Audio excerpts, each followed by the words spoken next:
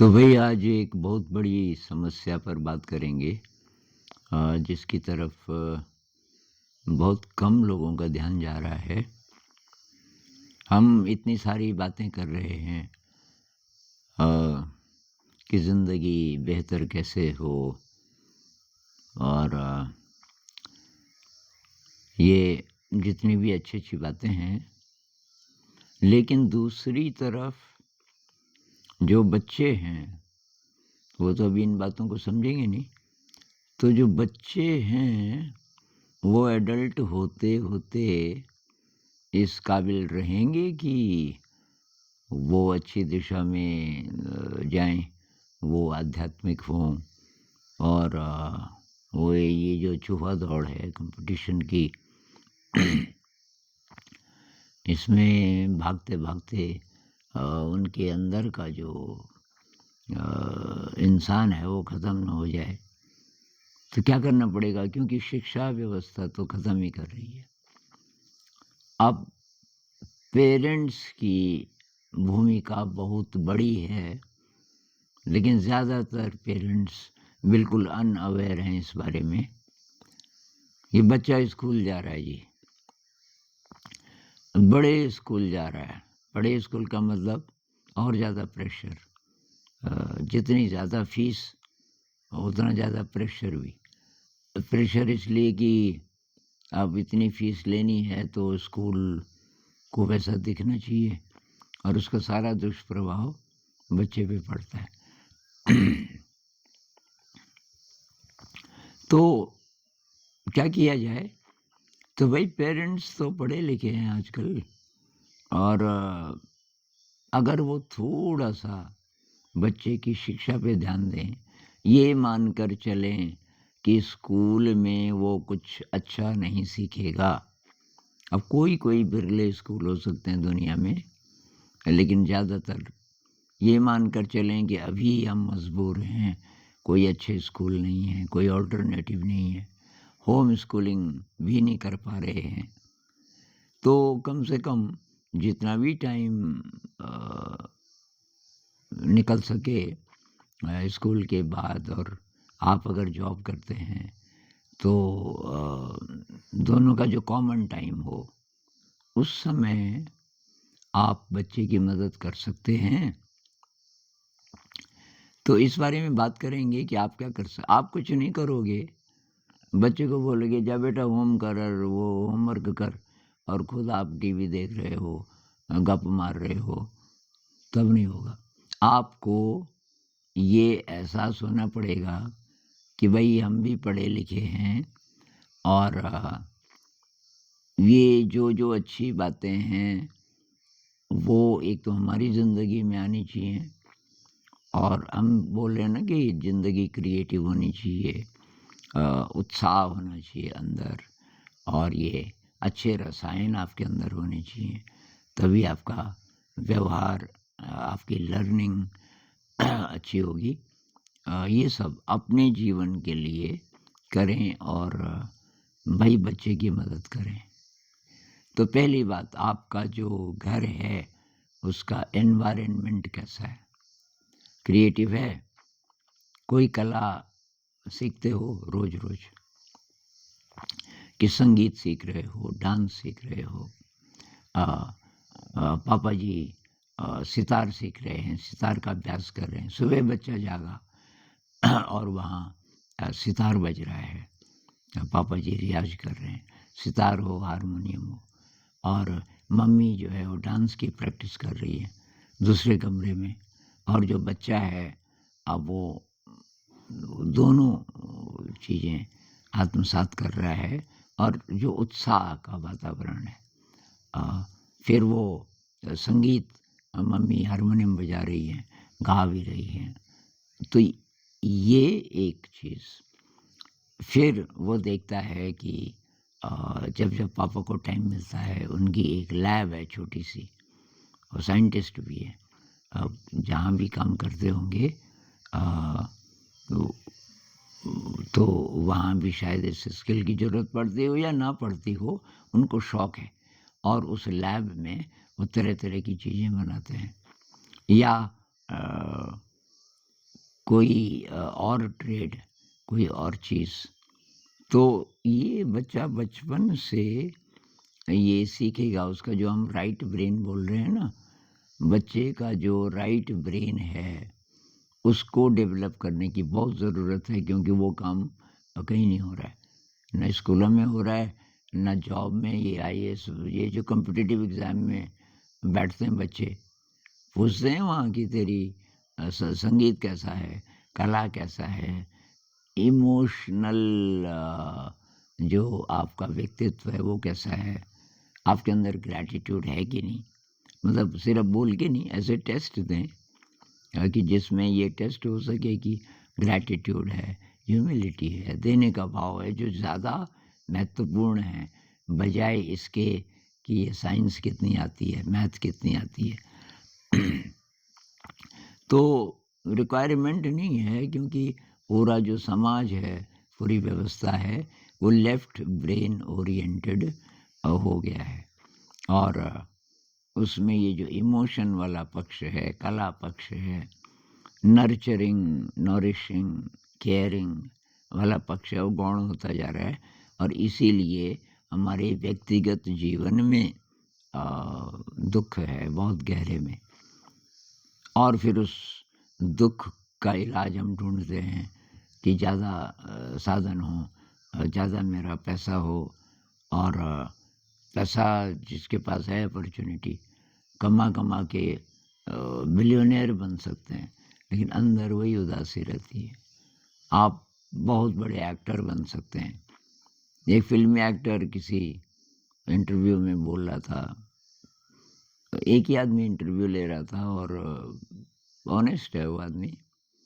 तो वो कह रहा कि यार आधी रात को जब सब सोए होते हैं, मैं बाहर निकल आता हूँ बालकनी में, और बहुत उदास होता हूँ, बहुत उदास। ये रोज़ ऐसा होता है, मुझे समझ नहीं आता उसका कारण क्या है। मेरे पास बहुत पैसा है, पति पत्नी, हमारे संबंध बहुत अच्छे हैं, मेरे बच्चे बहुत लविंग हैं, अच्छे स्कूल में पढ़ रहे हैं, मेरे पास सब कुछ है, तो ये उदासी क्यों? भाई उदासी इसलिए कि अध्यात्म नहीं है आपके जीवन में। और शायद ये जो ब्रेन का जो पूरा डेवलपमेंट है, इस तरफ आपने सोचा ही नहीं। तो ये अगर आप नहीं करेंगे पेरेंट्स, तो भाई ये होने वाला नहीं है। फिर जैसे जैसे आपके बच्चे बड़े होंगे, ये दुनिया जिस तरीके से है, इसमें वो फिट हो जाएगा। आप ज़रा छानबीन करो, इस दुनिया में जो सिस्टम्स बने हैं, वो ठीक हैं क्या? भाई एक ही प्लैनेट है ना पूरा, पूरा प्लैनेट एक है। उसमें ये जो बॉर्डर्स बने हैं, आपको नेचुरल लगते हैं? कि ये एक देश है, उससे जुड़ा हुआ दूसरा है, ये सीमा रेखा है। अब इसमें हमेशा लड़ाई होती रहती है, टेंशन है, लोग मर रहे हैं, इधर के भी, इधर के भी। और दोनों कह रहे हैं कि देश के लिए करो, देश प्रेम के लिए, मेरा देश दुनिया में सबसे अच्छा, दुश्मन को मार दो। ये इसको दुश्मन बोल रहे हैं, ये इसको दुश्मन बोल रहे हैं, ये इस देश को दुश्मन बोल रहे हैं। और सब के अंदर ये जो भावना रहेगी कि बस हमारा देश अच्छा, और उसमें जो लोग हैं वो अच्छे, मेरा धर्म अच्छा, मेरा रंग अच्छा, और जो दूसरे हैं वो तो नफ़रत के काबिल हैं। ये सिखाया जाता है, ख़ासकर जब टेंशन होता है सीमा पे। ये टेंशन क्यों होता है? क्योंकि जब तक जवान होता है इंसान, उसमें अच्छी चीज़ें ख़त्म कर देते हैं हम। तो उसके अंदर ये जो, नहीं तो कैसे जवान लोग मान लेते हैं इस बात को? दोनों देशों के जवान लोग जो सीमा पे हैं, वो फ़ैसला करें, यार भाई साहब ये कहाँ हमको खड़ा कर दिया, एक दूसरे का दुश्मन बना दिया। चलो हम बोलते हैं कि भाई हम लड़ाई नहीं करेंगे। तब क्या होगा? तब मजबूर होकर के जो सरकारें हैं, उनको कुछ करना पड़ेगा। तो सीमा रहे, जवान रहें, लेकिन वो लड़ाई की बजाय मित्रता का काम करें। कि भाई ये जो सीमा रेखा है, सीमा तो रहेगी, इतना इतना हमारा है, इतना आपका, उसमें कोई झगड़ा नहीं। लेकिन ये जो सीमा रेखा है, ये प्रेम की रेखा बने, इसमें मेले लगें, अ, उसमें बीच-बीच में लग सकते हैं मेले, लेकिन लगातार भी वो जगह ऐसी हो सकती है कि वहाँ भई इधर के भी लोग आ रहे हैं, अपनी चीज़ों को लेकर के, इधर के भी आ रहे हैं। कल्चरल आदान-प्रदान हो रहा है, कला का, बहुत सारी चीज़ों का। किसान लोग बीज ला रहे हैं, भई ये तो होता है आपके देश में, ये नए प्रकार के बीन्स हैं, कि अरे ये तो मैंने देखे ही नहीं। अच्छा, और ये लो भई, मैं ये चीज़ लाया, और ऐसा क्यों नहीं हो सकता? ये विचार आना चाहिए था जवान लोगों के मन में, जब वो इन सिस्टम्स में फिट होते हैं। अभी क्या है कि अ, अब ये 10 से 5 की नौकरी है, बहुत टेंशन वाली। अब पैसे के कारण वो कर रहे हैं। पेरेंट्स ठेल रहे हैं कॉम्पिटिटिव एग्ज़ाम में। वो एग्ज़ाम पास करके वो कहाँ पहुँचेगा, अच्छा इंसान बनेगा कि नहीं, इसकी कोई चिंता नहीं। क्यों नहीं है? क्योंकि पेरेंट्स भी इन्हीं व्यवस्थाओं में पल बढ़ के बड़े हुए। उनकी जो सोच है, वो संकीर्ण हो गई। तो वही मेरी बार-बार ये गुज़ारिश रहती है, आपको अभी ये बात समझ आए या थोड़ा बाद में आए, इसलिए वीडियो बना रहे हैं कि ये रहेगा, कभी न कभी किसी न किसी को तो ये बात समझ आएगी कि भई ये दुनिया एक होनी चाहिए, बिल्कुल एक। इसमें जितने प्रकार के लोग हैं, कोई भाषा हो, कोई रंग हो, कोई धर्म हो, हम सब मूलतः एक हैं। बच्चों को ये बताना चाहिए कि धर्म-धुर्म सब बाद में बने। भई एक तरफ इतिहास में आप बोलते हो कि हम चिम्पैंजी थे पहले, तब कौन-सा धर्म था? जब हम चिम्पैंजी थे, धर्म कौन-सा था भई? कोई धर्म नहीं था ना। तो अब ये इतिहास भी देख लो, कि जो इस्लाम है वो कब आया? 7th सेंचुरी में, मोहम्मद साहब के बाद तो इस्लाम शुरू हुआ। क्रिश्चियनिटी कब आई? तो ईसा मसीह वो 2000 साल पुराने हैं। इसी प्रकार से ये हिंदुइज़्म है, और जो धर्म हैं, उनका ट्रेस करो आप, तो एक समय आएगा कि भई यहाँ से ये शुरुआत हुई, और उससे भी पहले चलो तो पता चलता है कि इंसान ही नहीं थे हम तो कुछ और थे। तो ये जो सारी व्यवस्थाएँ हैं, जिसमें धर्म है, जाति है, इत्यादि, ये सब तो भई बाद में बने। मूलतः हम सब इंसान हैं, और विविधता है, प्रकृति का नियम है, विविधता है हर चीज़ में। अब एक ही प्रकार की सब्ज़ी होती तो अच्छा लगता आपको? भई भिंडी होती पूरी दुनिया में, कि भई और भुजी है ही, और सब्ज़ी है ही नहीं। तो विविधता है ना, ऐसे इंसानों में भी है। ये बच्चों को बताना चाहिए। भई सारे प्रकार के रंग हैं। इंद्रधनुष में अगर एक ही रंग होता, तो इंद्रधनुष बनता। ऐसे ही हमारे रंग हैं। कोई सांवला है, कोई काला है, कोई गोरा है। ये नहीं कि गोरा अच्छा है। अब हमने गोरे को अच्छा बोल दिया। नाम ही रख दिया, गोरी तेरा गाँव बड़ा प्यारा। मैं तो गया मारा। अब गोरी, गोरा मतलब अच्छा, और काला मतलब खराब। भई ये किसने डाला इंसान के अंदर? सारे रंग हैं। काला रंग नहीं होगा तो पेंटिंग ही नहीं बनेगी आपकी बहुत सारी। भई रात का आकाश बना रहे हो, वो काला रंग नहीं है आपके पास, कैसे बनेगा? तो ये जितने भी, अच्छा, धर्म का मतलब है प्रेम। किसी भी धर्म के उसमें पहुँच जाओ, निचोड़ क्या है भई इसका? अब हिंदुइज़्म में वसुधैव कुटुम्बकम, सारी जो दुनिया है एक कुटुंब की तरह है।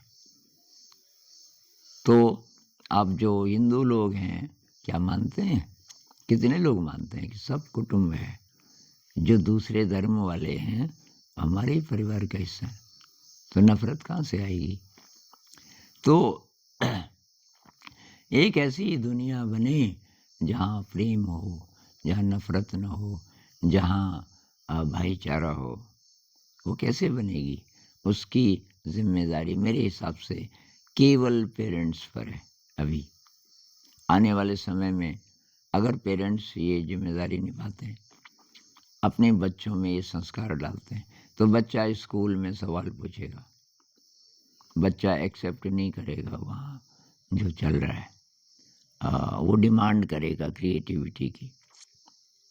तो अब ये बहुत बड़ा विषय है, इस पे भई पेरेंट्स लोग मनन करें और अगर विद्यार्थी ये बात सुन रहे हैं, तो अगर आपको समझ आ रही है, तो आप पेरेंट्स बनने वाले हैं कल के दिन और अपनी ज़िंदगी के लिए, अपने बच्चों की ज़िंदगी के लिए, इस प्लैनेट के लिए, ये सारी बातें जितनी भी बातें हम कर रहे हैं, ये भई बच्चों में डालिए और वो बोल-बोल के नहीं होगा, आपको अपनी ज़िंदगी में उनको पहले लागू करना पड़ेगा। हम इस पे और बात भी करेंगे। नमस्कार।